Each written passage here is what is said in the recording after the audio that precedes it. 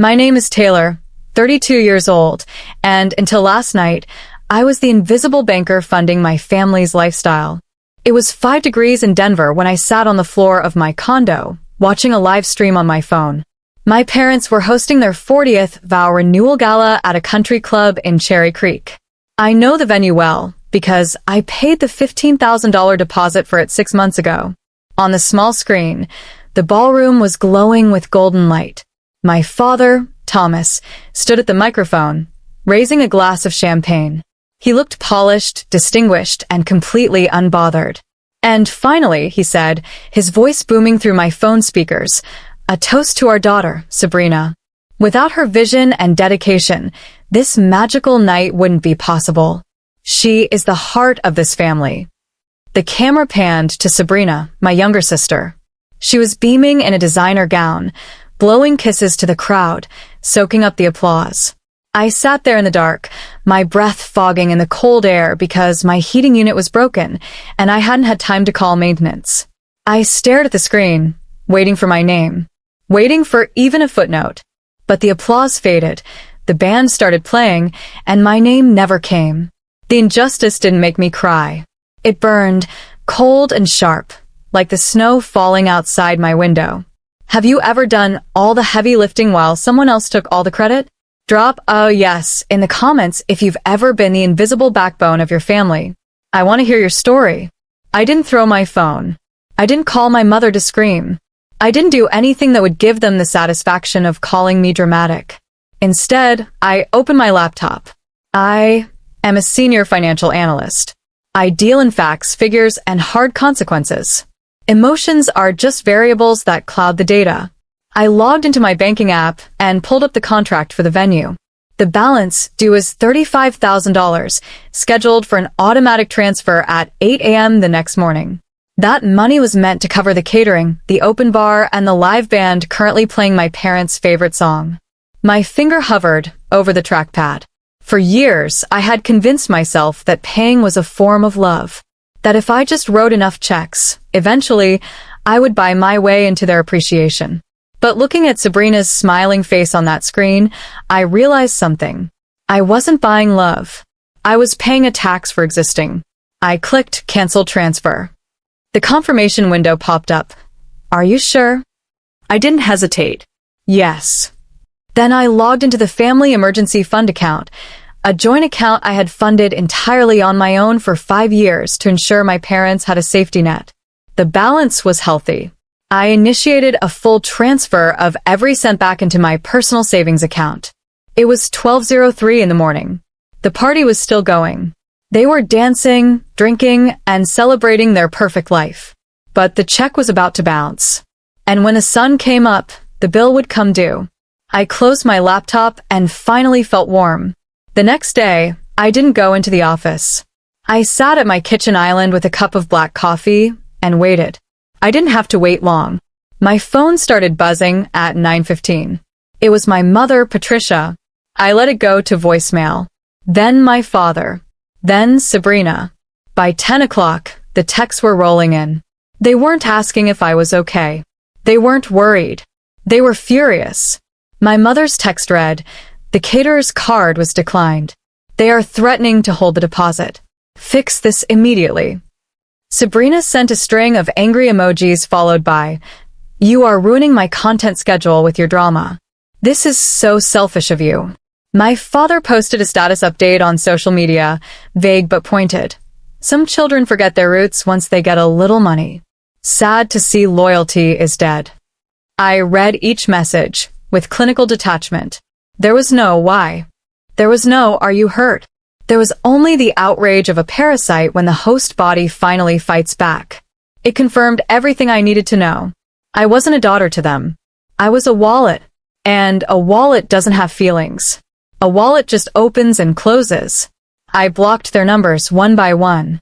Temporary blocks, just to buy myself some silence. I needed focus. Because what I was about to do next wasn't just a tantrum. It was a forensic audit. To understand why I did this, you have to understand the architecture of my conditioning. I didn't just wake up one day and decide to fund a $40,000 party. I was trained for this.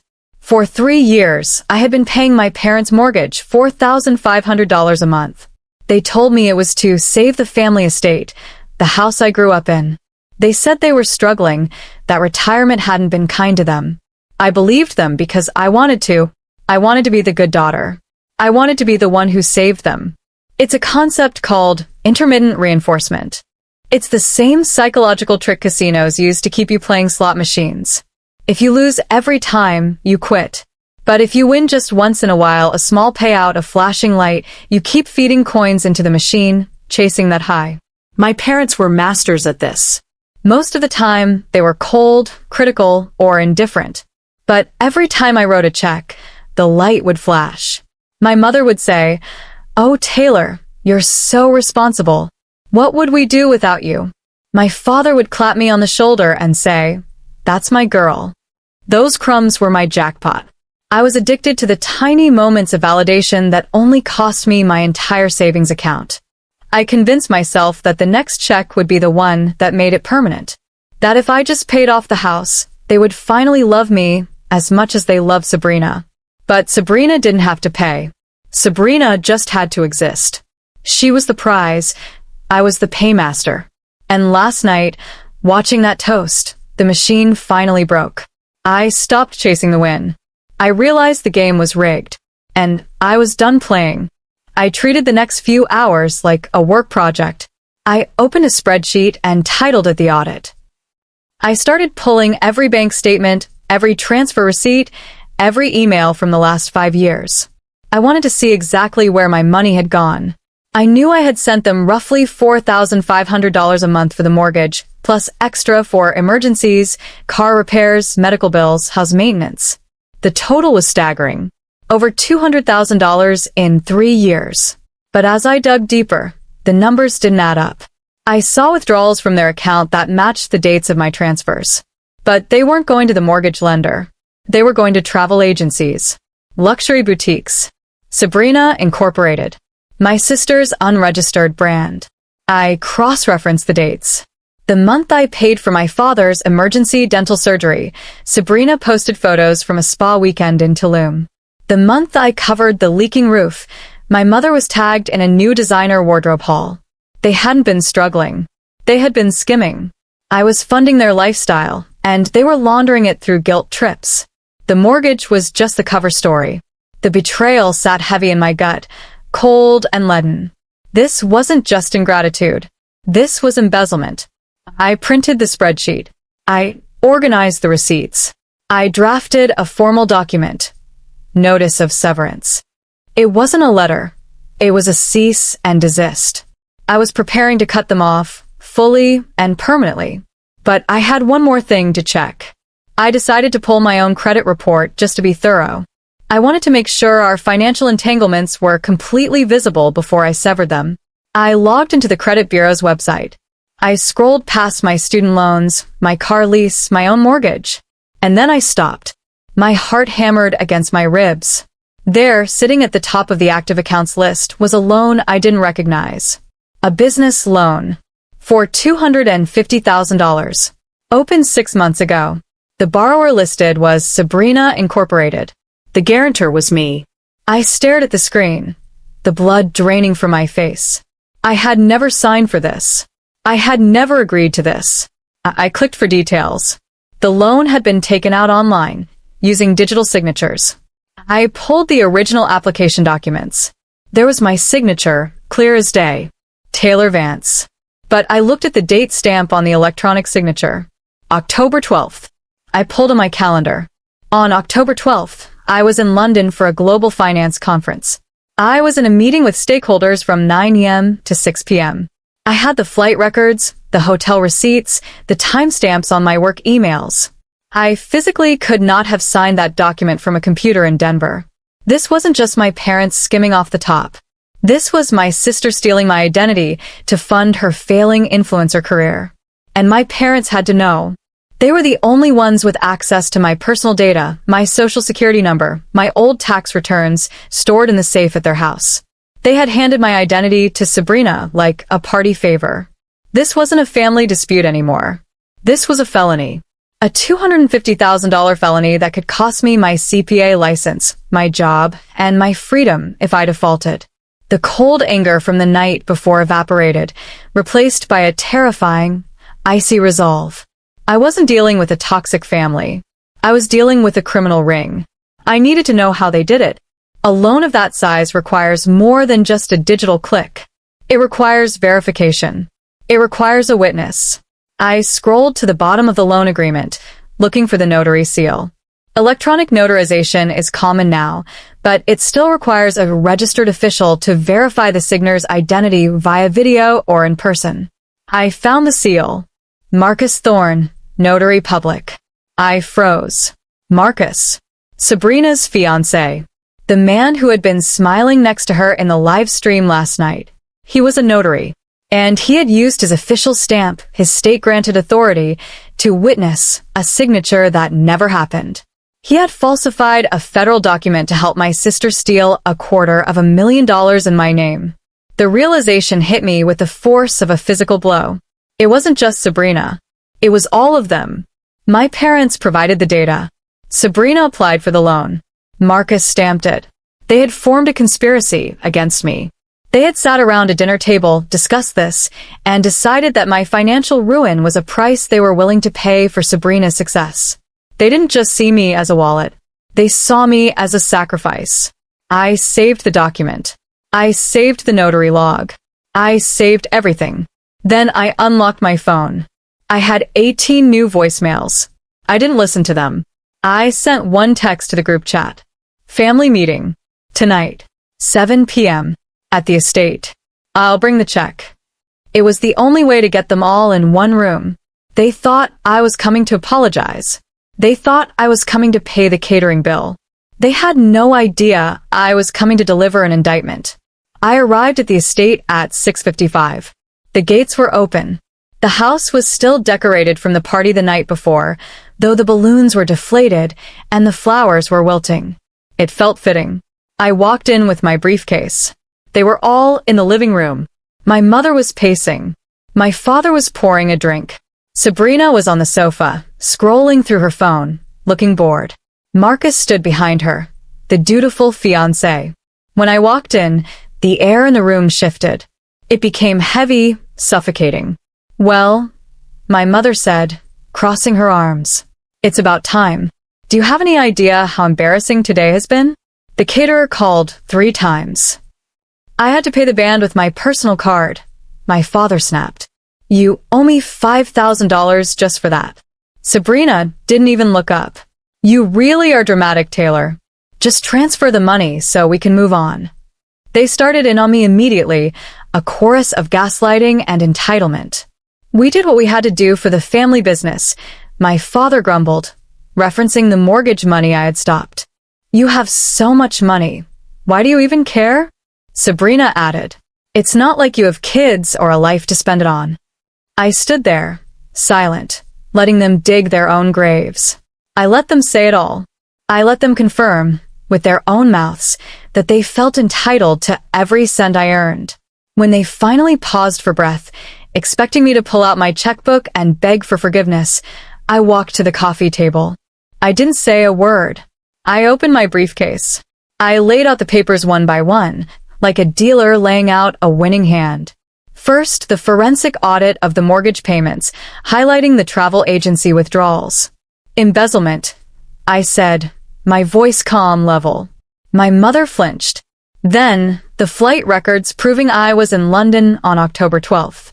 Alibi, I said. My father frowned, confused. Then, the loan application with the forged signature. Identity theft, I said. Sabrina stopped scrolling. She looked at the paper, then at me, her face draining of color. Finally, I pulled out the copy of the notary log and the verification page with the stamp. I looked directly at Marcus. Fraud. Forgery. Conspiracy to commit wire fraud. I dropped the page onto the table. The room went deathly silent. The only sound was the ice settling in my father's glass. Marcus looked like he was going to be sick. You can't prove that, Sabrina whispered, her voice trembling. I don't have to prove it to you, I said. I've already filed the police report. The FBI investigates wire fraud over $100,000. They'll be the ones proving it. My mother let out a strangled sound. Taylor, you wouldn't. We're your family. No, I said. Your accomplices. Family doesn't steal $250,000 from you. Family doesn't risk your career to fund a vanity project. I looked at them, really looked at them, and for the first time I didn't see parents. I saw the illusion of power. We often think abusive families are strong, monolithic forces that we can't escape. But in that moment, I realized their power was a rented costume, and I was the one paying the rental fee. My father's dignity was bought with my checks. Sabrina's success was funded by my credit. They were hollow. They were empty wallets pretending to be tycoons. And the moment I closed my wallet, their entire structure collapsed because it had no foundation. They weren't giants. They were parasites. And parasites die without a host. I closed my briefcase. I'm not here to negotiate. I'm here to inform you. The police have the files. The bank has been notified. And I am done. I turned and walked toward the door. Behind me, the screaming started. My mother begging, my father shouting threats, Sabrina sobbing. But I didn't stop. I walked out into the cold night air, and for the first time in my life, I felt completely, utterly free. The fallout was swift and brutal. The bank flagged the business loan as fraud immediately, because Sabrina had used the money to pay off other debts and fund a lifestyle she couldn't afford. There were no assets to seize. So the bank went after the collateral, my parents' estate. The foreclosure notice was posted 2 weeks later. They were forced to move into a small 2-bedroom rental across town. Their social status, the thing they valued above all else, was obliterated. The rumors in Cherry Creek were vicious, and for once, they were true. Sabrina's engagement imploded before the month was out. Marcus was fired from his firm and is currently facing charges that will likely result in prison time. He turned on Sabrina instantly to try and cut a plea deal. My sister, the golden child, is now facing her own legal battles, public humiliation, and a mountain of debt she can never repay. They tried to call me, of course. They tried to send letters. They tried to send friends to plead their case. I never responded. Not once. I watched their collapse from a distance, not with joy, but with a quiet, clinical satisfaction. It was the natural consequence of their own arithmetic. They had subtracted me from the equation, thinking I was a zero. They forgot that I was the one holding the pen. Months later, I sat in my condo, watching the snow fall over the city lights. It was quiet. My phone didn't buzz with demands. My email wasn't full of guilt trips. I had been promoted at work. Turns out, when you aren't carrying the dead weight of 3 adults, you have a lot more energy for your career. I sipped my tea and reflected on the title I now held in their stories. To them, I was the villain. I was the cold-hearted daughter who put her own sister in legal jeopardy. I was the monster who let her parents lose their home. And you know what? I accepted it. I embraced it. This is the piece of the villain. Sometimes, the only way to be the hero of your own life is to be the villain in theirs. Society tells us to forgive, to mend, to keep the peace at all costs. But peace isn't something you find, it's something you forge. Sometimes you have to burn a bridge to stop the enemy from crossing. If saving myself makes me the bad guy in their narrative, then I will wear that title like a crown. Because being the villain allowed me to save my financial future, my sanity, and my self-respect. As I watched the snow blanket the city, covering the scars of the year, I knew I had made the right choice.